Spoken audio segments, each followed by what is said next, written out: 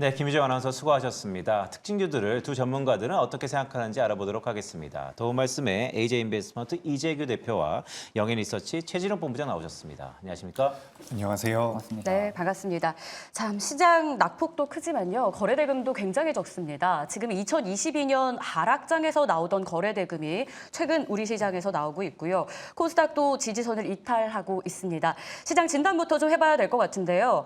자, 일단 경기 침체라는 단어가 금요일부터 가장 많이 나오고 있죠.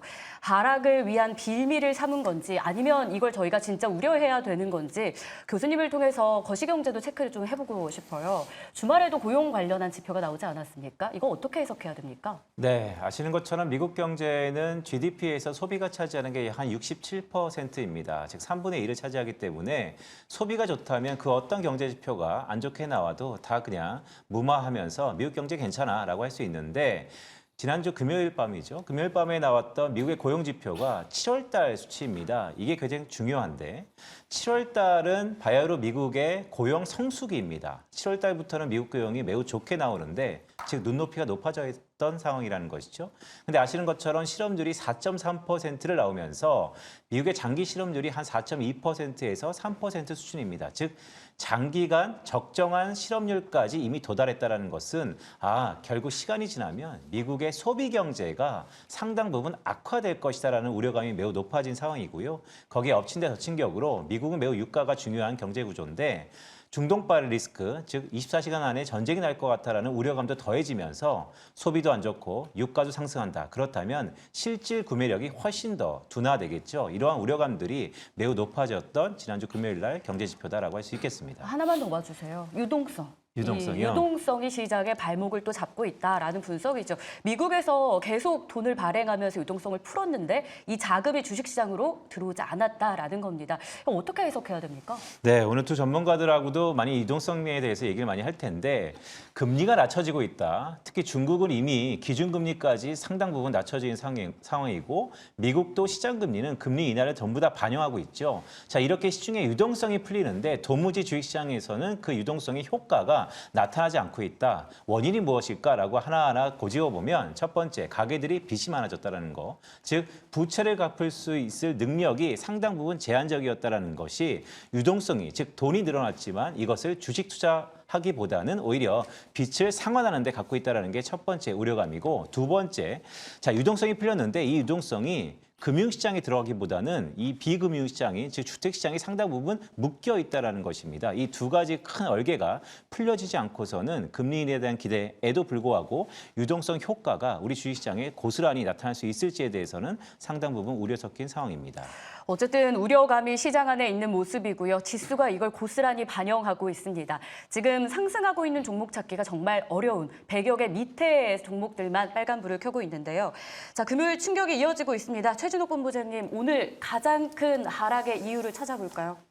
일단 지금 내려오는 부분들은 고용 쇼크 부분들이 제일 크지 않을까라고 네. 생각은 많이 하고 있는데 일단 지금 이 경기 침체라는 부분 너무 민감하게 반응을 하는 부분이라고 저는 좀 생각은 하고 있는 상황이거든요. 일단 지금은 경기 침체라는 타이틀보다는 침체에 대한 우려감 여부가 저는 조금 더 맞지 않을까라고 보고 있는 상황인데 일단 지금 시장은 침체 쪽으로 거의 쏠려 있는 상황이죠. 오늘 지금 코스피 같은 경우도 4% 넘게 좀 빠지고 있는 상황이고 코스닥도 마찬가지고요.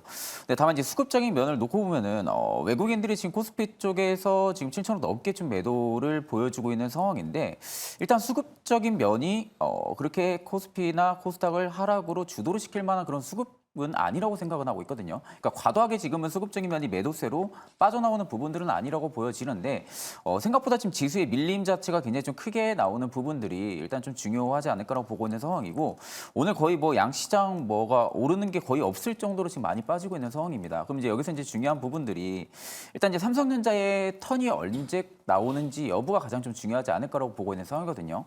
일단 오늘도 외국인들이 삼성전자 좀 많이 팔아주고 있는 상황이긴 한데 반대로 좀 기관이 그래도 오늘 매수는 좀 보여주고 있는 상황입니다.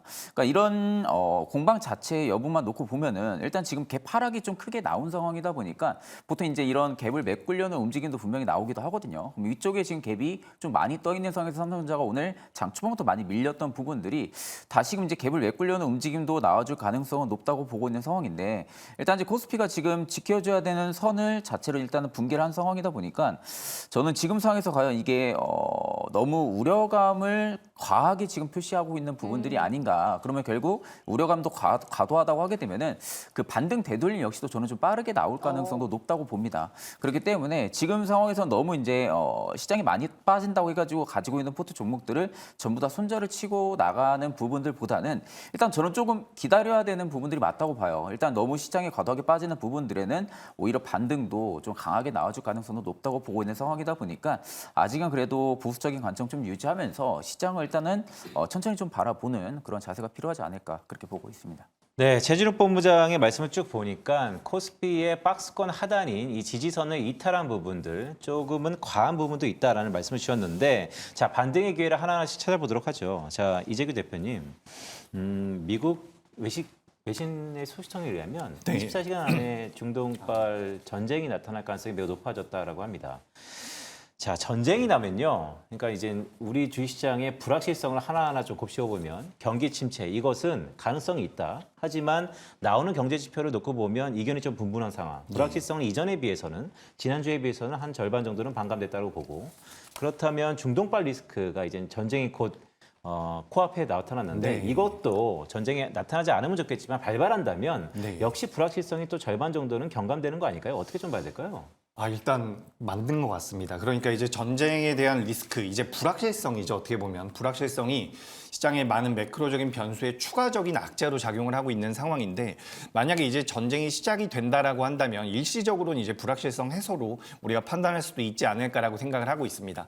하지만 그 강도가 문제일 가능성이 높죠. 전면전으로 치닫을 경우에는 굉장히 큰 문제가 될 가능성이 저는 높다라고 보고 있고 그리고 이제 최근 이제 우리 시장에서 경기 침체에 대한 부분들, 미국 시장에 대한 경기 침체에 대한 부분들 그리고 추가적으로 지정학적 리스크가 동시다발적으로 우리 시장에 영향을 미치고 있는 게 아닌가라고 생각을 하고 있습니다. 저도 이제 한 2, 3주 정도는 우리 시장이 반등을 할 경우에는 현금을 좀 확보하시는 게 어떻겠습니까? 라고 말씀을 드렸는데 지난주부터 오늘까지 굉장히 가파르게 하락이 나왔죠. 그렇기 때문에 어떻게 보면 지금 시점에서는 우리가 현금화를 하기보다는 어떻게 보면 종목을 보유하고 계시다면 무리한 자금이 아닐 경우에는 좀 버텨보는 것도 어떨까 이렇게 좀 의견을 드리고 싶습니다. 그래서 우리나라가 시장이 어쨌든 지금 PER 기준으로 9배 이하로 내려왔다라고 이야기가 되고 있어요. 물론 하락이 바로 멈출 가능성은 낮지만 지금 신용이라든지 미수를 사용해서 매매를 하지 않고 있다라고 한다면 우량한 기업 위주로는 오히려 지금은 좀 버틸 때가 아닌가라고 생각을 하고 있습니다. 그리고 미국에서 경기 침체 쪽에 대한 이야기들이 많이 나오고 있는데 실질적으로 우리가 생각을 해보면 기존까지는 굉장히 좋았단 말이에요. 그래서 여기서 악재, 안 좋은 쪽으로 가는 게 아니라 어떻게 보면 중간 범위로 넘어가는 과정이다라고 생각하실 필요가 있을 것 같습니다. 그래서 최근에 나오고 있는 하락이 저도 이제 맨날 말씀드리고 있는 부분들이 하락을 할 때는 생각보다 더 많이 하락할 가능성이 높고 또 올라갈 땐 더 많이 올라갈 가능성이 높다라는 말씀을 드리는데 그런 관점에서 봤을 때 우리나라 시장이 지금 저점을 잡았다라고 말씀드리기는 어렵지만 시간 텀을 좀 둔다라고 한다면 현재 수치는 그래도 어떻게 보면 매수가 가능한 위치가 아닐까라는 말씀을 드리고 싶습니다. 그래서 굉장히 어려운 시점이긴 하지만 우리가 어쨌든 시장이라는 게 과거의 전통적인 역사가 있는 부분이고 PER 기준으로 놓고 봤을 때는 저점대인 건 맞기 때문에 여기서 어느 정도 반발력을 기대해 볼 수 있는 시점이 아닐까. 다만 오늘 오후까지 반등을 하지 못한다라고 한다면 내일 오후가 넘어가야지만 우리 시장이 저점을 잡을 가능성이 높습니다. 개인적으로는 오늘 오후에도 저점을 잡을 가능성이 어느 정도는 있다라고 보는데 지금 반대 매도 쪽에 대한 물량들이 나온다라고 한다면 내일 오후가 돼야지만 우리 시장이 저점을 좀 다질 가능성이 높겠다라는 의견 드려보도록 하겠습니다. 이야기를 쭉 들어보니까 그래도 시장은 언젠가는 기회를 꼭 준다라는 생각을 저희가 갖게 됐습니다. 최준호 본부장님도 비슷한 이야기를 앞서 주셨기 때문에 네네. 만약에 시장이 오른다라는 걸 저희가 전제한다면 반등의 트리거가 될 수 있는 요소 한번 찾아봐야 될 것 같아요. 일단 지금 상황에서 이제 기술적인 관점도 가장 좀 중요하지 않을까 보고 있거든요. 일단 모든 지표들이 과열권에 진입을 했다라는 부분들, 과열권에 일단은 진입했다는 부분들이 과매도 구간에 일단은 좀 들어가 있는 상태라고 좀 볼 수가 있겠죠. 그러니까 지금 시장의 하락이나 상승 대비 지금 너무 과열하게 지금은 뭐 매도세가 나오고 있는 상황이고 매수세가 나오고 있는 상황이고 이런 지표들을 좀 보게 되면 ADR 지수를 좀 봐야 될 것 같아요. 일단 ADR 지수로만 놓고 보면은 코스피가 지금 한 73% 정도가 되고 있고 코스닥이 좀 큽니다. 한 66% 정도를 형성을 하고 있는데 보통 이렇게 75% 밑에까지 밀리게 되면은 과열권이라고 좀 이야기를 많이 하거든요. 보통 시장이 과열권에 진입을 하게 되면은 반대로 일단 어느 정도 정상화를 시키기 위해서 좀 ADR 지수도 위로 많이 올라오는 펌핑적인 움직임도 많이 나옵니다. 그럼에도 불구하고 이제 코스피 같은 경우도 최근에 75% 이상까지 좀 유지를 해주다가 오늘 다시 좀 과열권에 들어간 상황이고 반대로 이제 코스닥은 최근에 좀 과열권에서 벗어난 적이 없는 상황이죠. 그러니까 그만큼 지금 코스피 대비 코스닥이 굉장히 좀 많이 빠졌다라는 것을 우리가 알 수가 있는 부분들인데 일단 이제 과매도 구간에 진입을 했기 때문에 언제든 어디서 반등이 또 강하게 들어와줘도 지금 이상하지 않을 시점이라고 보면 됩니다. 그러니까 지금 보통 시장에 과도하게 많이 상승을 했을 경우에 언제 빠질지에 대한 부분들을 우리가 좀 생각을 하고 반대로 지금 시장이 과도하게 빠지는 부분들이 있어서 언제든 반등이 나와도 이상하지가 않은 그런 시점에 일단은 있다라고 저는 좀 생각을 하고 있는 상황이다 보니까 일단 지금 상황에서는 앞전에도 말씀드렸지만 결국 지금은 손절하고 나가는 타이밍은 아니라고 봅니다. 그러니까 내가 지금 가지고 있는 포트 종목군들이 좀 많이 밀리면서 손실금이 지금 커지고 있는 부분이라고 해도 반대로 지금 자리에서 팔게 되면 그게 또 저점일 가능성도 높거든요. 그러니까 시장의 거의 바닥 부근에서 팔 수 있을 만한 그런 가능성 여부를 항상 체크를 해두고 있는 상황이 체크를 해둬야 되는 부분들이다 보니까 일단 이런 부분들을 첫 번째로 투자 포인트 좀 잡아야 되지 않을까라고 보고 있는 상황이고 앞전에도 말씀드렸지만 고용 쇼크 부분들이 지금 시장에 너무 민감하게 반응을 하고 있는 부분이라고 저는 좀 생각을 하고 있다 보니까 오늘 일단 저는 나스닥이 가장 좀 중요하지 않을까 보고 있습니다. 일단 나스닥 같은 경우도 아직은 딱히 이제 상승할 만한 재료가 없는 상황이긴 하죠. 상승할 만한 재료가 없는 상황이긴 하지만 반대로 또 하라고 내려갈 만한 좀 재료 부분들도 크지가 않은 상황이다 보니까 얼마나 나스닥이 좀 지수 방어를 해주는지 여부에 따라 가지고 내일장에서 어느 정도 좀 반등이 나와주는지 여부를 좀 체크를 해야 될 것 같고요. 일단 지금 상황에서는 언제든 반등이 나와도 이상하지가 않다라고 좀 정리를 하겠습니다. 네, 최준호 본부장의 반등의 트리거를 여쭤봤더니 일단 미국의 고용 지표가 좀 과한 해석이 있는 것 같다. 그다음에 미국의 나스닥이 상승에 대한 재료가 그렇게 많지는 않지만 그래도 오늘 밤에 있을 미국의 나스닥의 흐름을 좀 보자라는 말씀까지 주셨습니다. 자, 이재규 대표에게는 자기가 타이밍을 좀 잃었긴 했어요, 사실은. 왜냐하면 이렇게 떨어질 줄은 그 누구도 몰랐기 때문에. 하지만 빠른 대응이 매우 좀 중요할 것 같습니다. 왜냐하면 모든 것이 다 반복되기 때문인데요. 자, 그런 의미에서 오후장 전략을 한마디 좀 듣고 싶어요. 자, 네. 이재규 대표가 바라보는 우리 오후장의 전략 한마디가 있다면 어떤 게 있을까요? 일단 저는 우리 시장이 생각보다 안 좋을 수 있다라는 말씀을 좀 드리고 싶어요. 그래서 우리가 사실 지금 희망이 많이 생기고 있는 구간이긴 하지만 우리가 일단은 굉장히 어려운 구간을 하루 이틀 정도는 더 겪을 수 있다. 근데 그 이후에는 반등이 나올 가능성이 높다라고 보고 있습니다. 그러니까 앞서서도 말씀드렸던 것처럼 좀 무리해서 매매를 하고 계신 분들이라고 한다면 뭐 반등이 나오든 어쨌든 현금 비중을 좀 마련하시는 게 어떨까 이렇게 좀 말씀을 드리고 싶은데 일단 시장의 영향을 보면은 지금 미국의 경기 침체에 관련되어 있는 부분들도 있지만 지정학적 리스크도 있고요. 그리고 또 한 가지 오늘 볼 수 있는 게 지금 일본 증시가 7% 정도 하락이 나왔거든요. 그러니까 이 엔캐리 자금 쪽에 대한 수급적인 꼬임이 나올 수 있다라는 부분들이 전 세계적으로 이제 좀 영향을 미치고 있지 않나라고 생각을 하고 있습니다. 그래서 이 엔캐리 자금이 우리나라 돈으로 2경이라고 이야기가 되고 있어요. 물론 그 자금들이 전부 다 환수되진 않겠지만 일부 자금이라고 하더라도 글로벌 증시에 영향을 미칠 가능성이 높다라는 겁니다. 그래서 지금 우리가 너무 만만하게 봐서는 안 된다라는 말씀을 좀 드리고 싶고요. 다만 여기에서 제가 좀 큰 흐름에서 말씀을 드려보자면 지금 미국이 경기 침체에 들어갈 수 있다는 내용들이 나오고 있는데 사실 우리가 PMI 지표 기준으로는 이미 2달 전에 3달 전부터 조금씩 꺾이는 모습들이 나왔거든요. 근데 그럼에도 불구하고 아직까지는 우리가 이 PMI의 선행 지표라고 할 수 있는 수치들은 아직까지 경기 침체로 들어가진 않고 있습니다. 그렇기 때문에 우리가 지금 너무 안 좋은 상황은 아니라는 말씀을 드리고 만약에 여기서 달러가 지금 1,360원대까지 내려왔거든요. 우리가 불과 한 달 전만 하더라도 미국의 국채 금리가 밀려 내려간다라고 하면 우리 시장에 좋을 것이다라는 분석을 했었잖아요. 그리고 환율 역시도 내려간다라고 한다면 우리 시장이 좋을 것이다라는 예상을 많이 했었습니다. 근데 지금 너무 가파르게 내려오다 보니까 이게 경기 침체고 우리나라에 안 좋을 것이다라는 분석들이 있는데 여기서 어느 정도 안정화가 되는 모습을 보인다라고 한다면 제 생각에는 미국을 비롯한 선진 증시보다 오히려 이머징 마켓 쪽이 좀 더 강한 주가 흐름을 보일 가능성이 있다라는 말씀을 드리고 싶습니다. 그래서 우리가 단기적으로 하루 이틀 정도는 좀 어려움이 나올 수 있고 저는 개인적으로 내일은 이제 반대 매도가 어느 정도 정리가 되면서 우리 시장에 대한 반등이 나올 것이다라고 생각을 하고 있는데 그 이후에는 오히려 선진 증시보다는 우리 증시를 보시는 게 맞지 않을까라는 생각이 들고 있으니까 이 부분들을 좀 참고를 하셨으면 좋겠고 과거에도 항상 선진 증시가 우리나라 증시보다 좋았던 것은 아닙니다. 그렇기 때문에 이번에는 또 우리 신흥국 쪽이 좀 더 강세를 보일 가능성도 저는 있다라고 보니까 이번 이 조정과 미국의 경기 침체 가능성을 빌미로 해서 환율적인 부분, 달러가 약세로 간다라고 한다면 신흥국 시장에 대한 모멘텀들 같은 경우도 어느 정도는 개선될 수 있을 것이다라는 말씀 드려보도록 하겠습니다. 현금 비중을 좀 확대할 필요 있다. 하지만 큰 그림에서 봤을 때는 좀 반등도 기대할 수 있다라는 이야기를 설명을 주셨습니다. 최진욱 본부장님의 전략도 들어봐야 될 것 같은데요. 사실 저희가 신이 아니고서는 예측을 맞춘다는 게 네. 쉽지가 않아요. 네네. 하지만 워낙 시장을 오래 또 깊게 보셨기 때문에 이럴 때 나는 이렇게 대응하니까 좀 도움이 되더라라는 이야기를 좀 풀어주시죠. 보통 저희가 생각할 때는 공포에 매수하는 게 맞다고 봅니다. 네. 일단 이제 우리가 항상 투자의 부분들에 좀 어느 정도 손실을 감내를 하는 부분들은 너무 주가가 과도하게 많이 올랐을 경우에 그러니까 이 지금 종목이 너무 과도하게 많이 올랐는데도 불구하고 더 올라갈 거라는 그런 기대감 때문에 좀 매수를 고가에서 좀 많이 진행하는 부분들이 많습니다. 그러니까 이제 그런 고가에 진행을 하게 되면은 물론 이제 운이 좋게 더 위로 올라가면 이제 수익을 처리를 하면 되는 부분들이지만 반대로 거기가 정말로 고점 대비해서 좀 낙폭이 나오게 되면은 상대적으로 내가 대응을 안 하게 되면 또 고가에 물리는 경우들이 굉장히 좀 많잖아요. 그럼 반대로 시장은 결국에는 계속해서 우리가 언제든 거래할 수 있게 열려 있는 부분들이라고 생각을 하게 되면은 실질적으로 저는 지금같이 이런 공포감이 들어올 때 조금씩 매수하는 관점이 좀 맞다고 보고 있는 상황이기도 하거든요.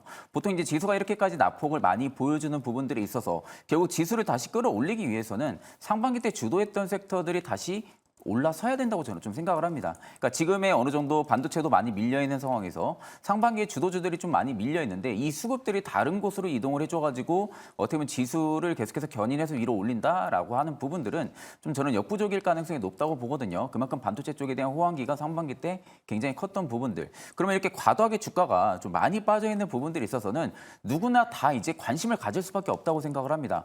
반도체가 생각보다 지금 많이 빠졌고 앞전에 상승 대비 지금 고점 대비해서 지금 하락분에 많이 빠졌기 때문에 다시 또 반등할 수 있을 거란 그런 기대감들의 투자자들이 또 많이 몰릴 가능성도 높다고 보거든요.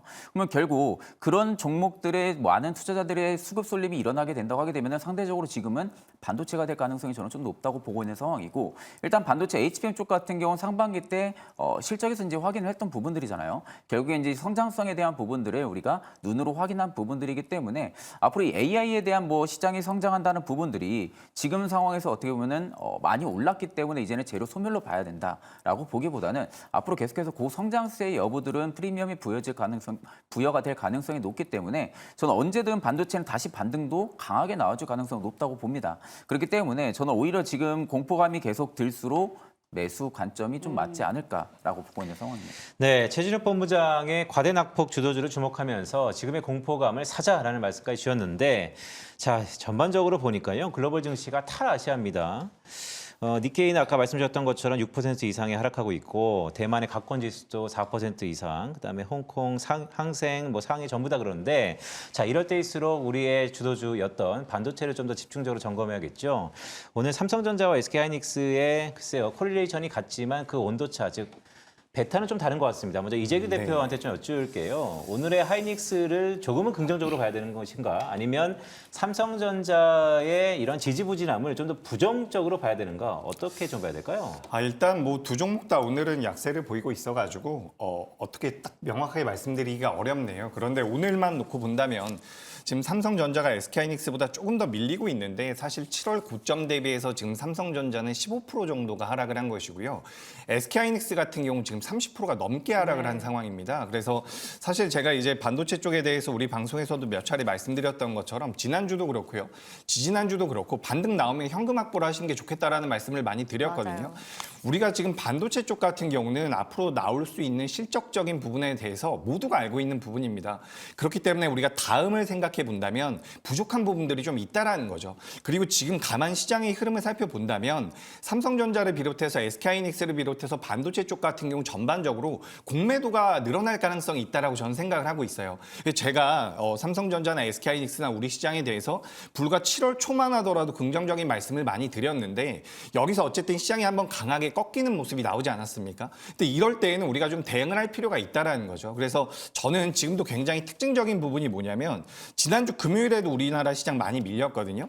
에코프로라든지 LG 에너지 솔루션이라든지 삼성 SDI 같은 기업들은 지난주 금요일 날 장 마감되고 살펴보면 순매수가 들어왔습니다. 외국인들과 기관들. 이게 왜 그런 거냐면 지금 2차 전지 쪽 같은 경우는 신용을 못 쓰게 막아놨었던 부분들이 있어요. 그러니까 시장이 많이 밀릴 때 반대 매도가 나오지가 않는 거죠. 그리고 공매도 쪽에 대한 쇼커버링이 들어간다라고 한다면 지금 오히려 반도체 쪽은 더 빠질 수도 있어요. 그러니까 지금 반도체 쪽에 대해서 저도 긍정적으로 보고 있는 부분들이 있고 지금부터 만약에 공략을 한다라고 한다면 단기적인 반등이 나올 가능성이 저는 높다라고 보지만 직전 고점을 넘어갈 가능성은 저는 낮다라고 생각을 하고 있습니다. 그래서 지금 우리가 자금의 흐름이 어떻게 보면 계속해서 움직이고 있다는 것을 판단할 필요가 있고 반도체 쪽 저도 굉장히 좋게 보고 있었는데 일단은 지금은 소나기가 좀 내리고 있기 때문에 하루 이틀 정도는 살짝 우리가 보수적으로 볼 필요가 있지 않을까. 그리고 나서 이제 하락이 좀 멈추고 실질적으로 기관과 외국인들의 수급이 붙어주고 엔캐리 쪽에 대한 리스크가 많이 가라앉으면서 테크 쪽으로 자금이 들어온다면 그때는 좀 올라올 가능성이 있다라고 보고 있어요. 그러니까 이게 계속해서 올라간다라고 말씀드리기가 저는 참 싫거든요. 그러니까 우리가 지난주에도 지지난주에도 반도체 빠지면 주도 섹터니까 올라갈 겁니다라고 말씀하셨던 분들이 많은데 저는 그게 좀 아닐 수도 있다라는 생각이 들어요. 네. 다만 지금은 오늘 수치로 봤을 때는 그래도 단기적으로 낙폭이 너무 과해서 반발 매수는 좀 들어올 가능성이 높다. 저는 이렇게 정리 드리도록 하겠습니다. 이재규 대표님은 사실 과거에도 하이닉스가 변동폭이 큰 만큼 하락, 조정이 나온다면 극복도 클 것이다라고 조언을 주셨는데 그게 금요일장의 흐름이었고요. 자, 오늘은 삼성전자의 낙폭이 조금 더 큰 모습입니다. 사실 외국인의 삼성전자 러브콜은 최근 한 달 동안 굉장했어요. 삼성그룹주 전체를 샀는데 그 안에서 전자 쪽이 2조 5천억 원가량을 한 달 사이 매수를 했었는데 하지만 금요일 그리고 오늘 이틀간 다 되돌려지고 있습니다. 최준욱 본부장님 네네. 생각은 좀 어떠세요? 이 삼성전자 수급을 통해서 저희가 힌트 찾아볼 수 있을까요? 일단 저는 지금 상황에서 삼성전자 반등 여부에도 많은 투자자들이 관심을 가질 수밖에 없는 그런 위치라고 생각을 하고 있거든요. 뭐 삼성전자도 지금 많이 빠졌고 SK하이닉스도 지금 많이 빠져 있는 상황입니다. 일단 지금 장 초반 수급적인 면을 놓고 보면은 상대적으로 SK하이닉스가 좀 과도하게 좀 많이 빠졌던 부분들이 있기 때문에 외국인과 기관의 자금들이 일단은 먼저 좀 들어와 주는 것 같아요. SK하이닉스 쪽에. 일단 지금 과대 낙폭 대비해서 SK하이닉스 쪽에 조금 더 수급이 들어와 준다라는 부분들에 있어서는 상대적으로 이제 SK하이닉스의 낙폭 자체가 크진 않을 가능성이 높다고 봅니다. 그러니까 지금 호가만 삼성전자 호가를 좀 놓고 보면은 여전히 지금 매수 물량, 대기 물량이 굉장히 좀 많은 상황이에요. 반대로 지금 매도 호가 같은 경우는 굉장히 적거든요. 보통 이렇게까지 매수 호가가 많이 형성이 되어 있게 되면은 통상적으로 좀 밀리는 경우들이 대다수 많습니다. 그러니까 매도 호가 부분들이 굉장히 매수 호가 대비해서 적기 때문에 위로 올라갈 수 있을 만한 트리거보다는 아래로 내릴 만한 트리거 역할들이 굉장히 좀 많다는 거죠. 그렇기 때문에 삼성전자 같은 경우도 일단 오늘의 마감 자체가 저는 굉장히 중요하지 않을까 보고 있거든요. 오늘 같은 경우는 일단 저는 지켜줘야 되는 선이 한 76,000원 선이라고 보여지는데 만약에 76,000선까지도 삼성전자가 지켜주지 못하고 밀린다. 그리고 마감을 해준다라고 하게 되면은 저는 일단 하단 같은 경우는 72,000원대까지는 열려 있다고는 보고 있습니다. 조심스럽게. 그러니까 이 여부까지 만약에 삼성전자가 밀리게 된다고 하게 되면은 상대적으로 좀 반등 역시 강하게 나와줄 수 있을 만한 그런 구간적인 위치까지 들어와 있는 상태거든요. 그렇기 때문에 저는 지금 증시가 다시 상방으로 트리거 역할을 해주기 위해서는 삼성전자, SK하이닉스의 중요도가 굉장히 좀 높다고 생각을 하고 있고 반대로 이제 SK하이닉스 같은 경우도 지금 호가만 놓고 보면은 삼성전자랑 비슷합니다. 매도 호가가 굉장히 좀 많은 상황이고 매도 호가가 굉장히 적은 상황이고 매수 호가가 굉장히 좀 많은 상황이거든요. 그만큼 지금 살려고 하는 매물들은 굉장히 많다는 거예요. 그러니까 아래쪽에 지정가를 걸어두고 지금 살려고 하는 매수벽들은 굉장히 많은데 위로 먹어줄 수 만한 매도벽이 없다라는 거죠. 그러면 상대적으로 매수를 진행하고 내가 어느 정도 자금력이 있는 집단이다라고 하게 되면은 SK하이닉스도 결국 내가 매수하고 나서 수익을 보기 위해서 매수를 하는데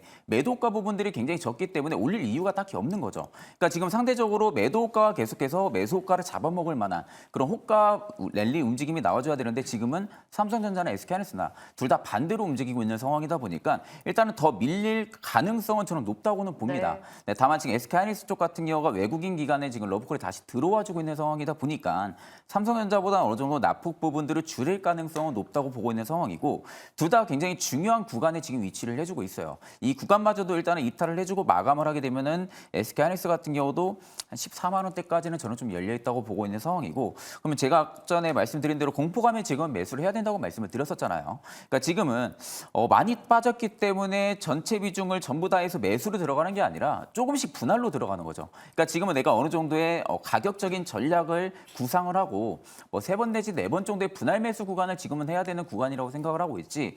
많이 빠졌으니까 비중 뭐 50%, 100% 이렇게 들어가게 되면 오히려 하방을 더 빠질 가능성이 높다는 거죠. 그렇기 때문에 지금은 좀 급하게 들어가기보다는 조금씩 천천히 들어가야 됩니다. 그러니까 지금 라인에서 저는 좀 매수로 들어간다고 해도 이게 향후에 더 빠진다고 가정을 했을 경우에도 저는 일단 수익은 분명히 나올 거라고 보고 있는 상황이거든요. 그러니까 수익으로는 분명히 나올 가능성이 저는 좀 높다고 보고 있는 상황이다 보니까 일단 저는 지금 시점에서 SK하이닉스나 삼성전자나 둘 중 한 종목에 대한 포트를 조금씩은 분할로 늘려가는 그런 시즌이 되지 않을까라고 보고 있는 상황입니다. 네, 최진욱 본부장님 말씀을 제가 쭉 옆에서 들으니까 수급이 꼬였다라는 네네. 생각이 엄청 있네요. 그러니까 결국 낙폭이 컸기 때문에 지금 들어가야 되는 타이밍인 건 맞지만 과연 수급적으로 이거 용기를 낼 수 있는 주체가 어느 정도 있을까에 대한 의구심이 든다라는 말씀 주셨는데 자, 반등의 트리거가 반도체는 투심이 매우 중요해 보입니다. 자, 이재규 대표. 예. 자, 이번 달 28일이죠. 엔비디아 실적 발표가 있는데 지금부터 그럼 우리가 4주간의 이 희망 고문에 이제 들어가는 겁니다. 네. 자, 지금부터 이제 엔비디아 실적 발표를 하나 둘씩 이제 얘기를 좀 해야 될 것 같은데 이 엔비디아 실적 발표가 분수령의 트리거일까요? 어떻게 좀 보세요? 네, 근데 지금부터 그때까지는 너무 기간이 많이 맞아요. 남은 것 같아서 일단 저는 반도체가 단기적인 낙폭은 과하다라고 생각을 해요. 그래서 일단 우리나라 기업들 위주로 봤을 때는 일단 반등이 좀 나올 거라고 보고 있습니다. 그게 오늘이나 내일이 될 가능성이 전 높다라고 생각을 하고 있는데 그 이후에 이제 삼성전자나 SK하이닉스가 V자 반등의 가능성 좀 낮다라고 생각을 하고 있고 만약에 엔비디아가 실적 발표를 했는데 시장의 예상치를 훌쩍 상회하거나 앞으로 가이던스가 잘 나온다라고 한다면 그때부터 이제 삼성전자나 SK하이닉스가 다시 한번 우상향을 할 가능성은 있다라고 보고 있습니다. 우리가 과거에 이 반도체의 사이클을 타면서 움직임을 보였었던 경우와 지금 AI 반도체 사이클을 우리가 이렇게 대입을 해봤을 때 아직까지 한 차례 정도의 추가 상승 랠리는 남아있다라는 분석들이 굉장히 많아요. 그리고 실질적으로 실적도 3분기와 4분기 때 더 좋아질 가능성이 높고요. 그렇기 때문에 우리가 지금 예상이 되고 있는 업황이나 종목들의 실적에 대해서 생각을 해봤을 때는 주가가 반등이 나오면서 완벽한 V자 반등은 아니라고 하더라도 직전 고점 수준까지는 올라와야 됩니다. 다만 제가 항상 말씀드리는 것은 주가가 그렇게 갈 가능성은 낮다. 그렇기 때문에 지금도 저는 경계하자라는 말씀을 드리는 거고 사실 오늘 제가 지난주에도 이제 지난주 월요일에도 지수 반등하면은 종목들 반등하면 현금화를 좀 하시는 게 좋겠습니다라고 말씀드렸었는데 오늘까지 이런 식으로 단기적으로 낙폭이 굉장히 커져버리면 사실 지금은 솔직하게 말씀드려가지고 지금 현금 가지고 계신 분들 많지는 않을 거예요. 네. 대부분 다 종목을 가지고 계시겠죠.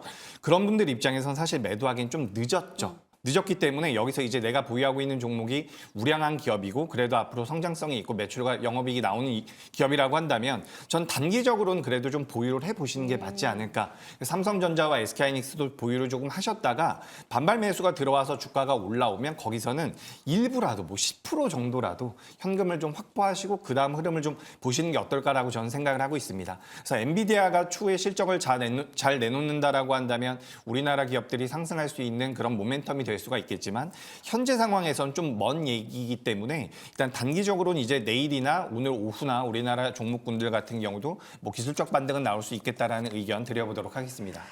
좋습니다. 결국 시장에는 여러 악재, 부담 요소들이 참 많습니다. 그런데 시장이 하락하기 때문에 이유를 찾은 것들도 분명히 있겠죠. 그래서 저희는 여기서 기회를 좀 보려고 하는데요.